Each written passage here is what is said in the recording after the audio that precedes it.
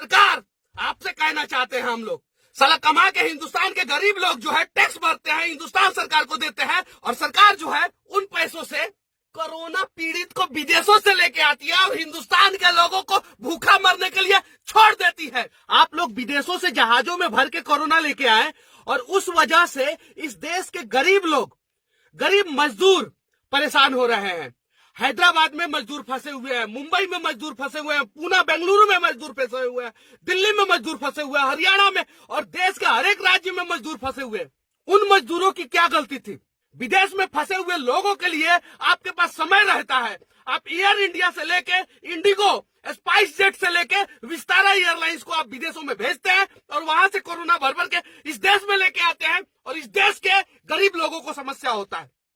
नेताजी, आप लोगों से नम्र निवेदन करना चाहता हूं, अगला वीडियो में इतना गाली दूंगा कि कान, नाक, आंख और शरीर के जितने भी अंग है सब आप लोगों को बुरा लगे तो मुझे माफ करो, लेकिन इस देश के जितने भी गरीब लोग अलग अलग शहरों में भूखे मर रहे हैं उन्हें बचाने की कोशिश करो।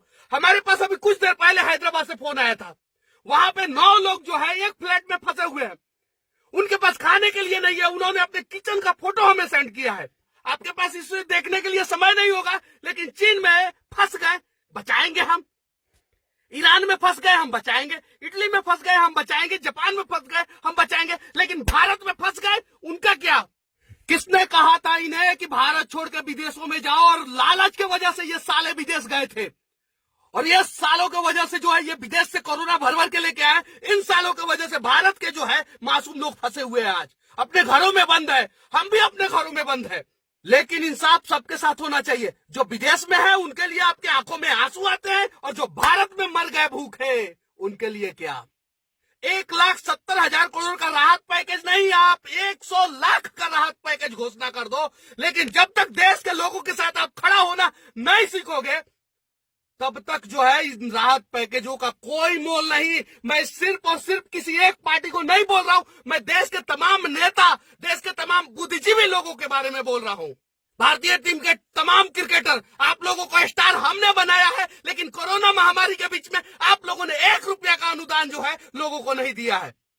फिल्म स्टार और बड़े बड़े हस्ती घर में बैठ के हाथ धो, गांड धो, ये धो, वो धो, ना जाने क्या क्या करते रहते हो, लेकिन 1 रुपया का डोनेशन आप लोगों ने कोरोना महामारी से लड़ने के लिए गरीबों को नहीं दिया है।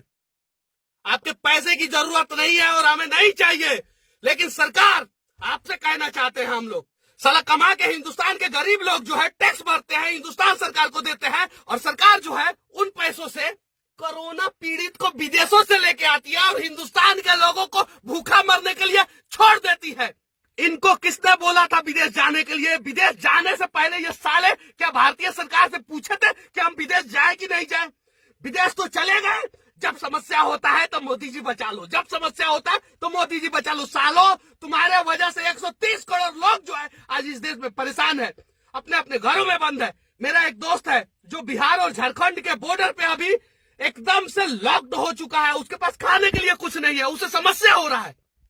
उसकी एक छोटी सी मासूम बच्ची है गांव में, उसे समझ में नहीं आ रहा है कि मेरे पापा है कहां।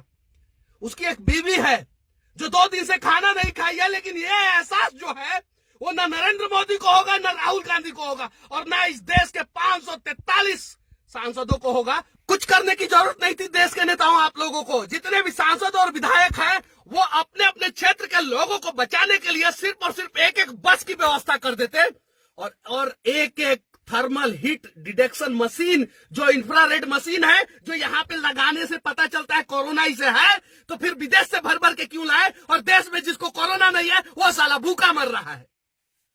आप कहते हो कि हम प्यार से बात करें, पिछले 3 दिन से हम प्यार से विनती कर रहे हैं कि हमारे देश के लोगों को कम से कम